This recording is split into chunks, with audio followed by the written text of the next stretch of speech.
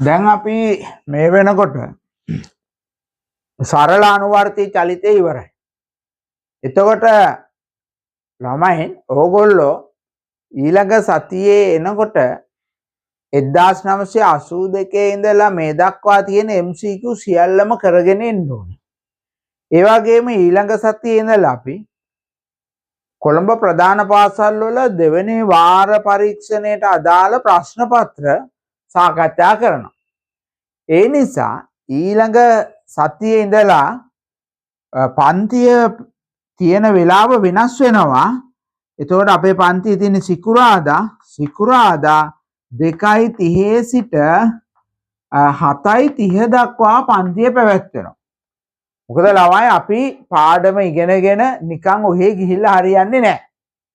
පාඩම ඉගෙනගෙන ඒකට අදාළ ගණන් හදන්න ඕනේ. ගණන් හදලා මේ වාර විභාග ප්‍රශ්න පත්‍ර සාකච්ඡා කරලා ඒ හොඳ දැනුමකින්ම යන්න ඕනේ. එහෙම නැතුව මේක ඉවර කරලා මේව කරන්න ගියොත් හරියන්නේ නැහැ. හරිද? ඒ නිසා ඔයගොල්ලෝ මතක ඇතුව ගෙවල් වලට කියන්න ඊළඟ සිකුරාදා ඉඳලා ඒ කියන්නේ ජුනි 6 ඉඳලා පන්ති ඉවර වෙන වෙලාව 7:30. හරිද? මොකද මේ පන්තියට එන කිසිම ළමයෙකුට ලකුණු අඩු වෙලා තියෙන්න බෑනේ. මම වග කියන්න ඕනේ ඒකට. හරිද? මොකද අපි ළමයි ඒ උගන්වන පන්තියේ ඒක හරියට උගන්වනවා. ළමයි අපිට අඩු වුණත් එහෙමයි. ඊට පස්සේ අපි මේ යම් වේගයකට ආවට පස්සේ තව ළමයි ආවට ගන්නෙත් නැහැ. මොකද ඒ ගත්තට හරියන්නේ නැහැ. ඒ නිසා අපි ලබන සිකුරාදා ඉඳලා 2:30 ඉඳලා 7:30 දක්වා පන්තිය පැවැත්වෙන්නේ.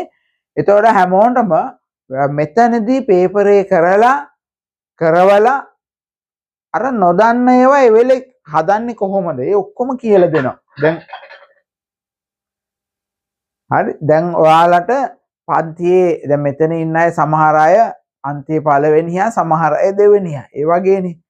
එතකොට දැන් ඕගොල්ලෝ දිගටම පන්තියේ පළවෙනියා මේ මට්ටමේම ඉන්නත් ඕනේ. හැබැයි ටර්ම් ටෙස්ට් ලකුණු 75 පැන්නලා තියෙන්න ඕනේ. ඒක කරන්න නම් අනිවාර්යෙන් අපි මේ වැඩේ කරන්න ඕනේ. අනිත්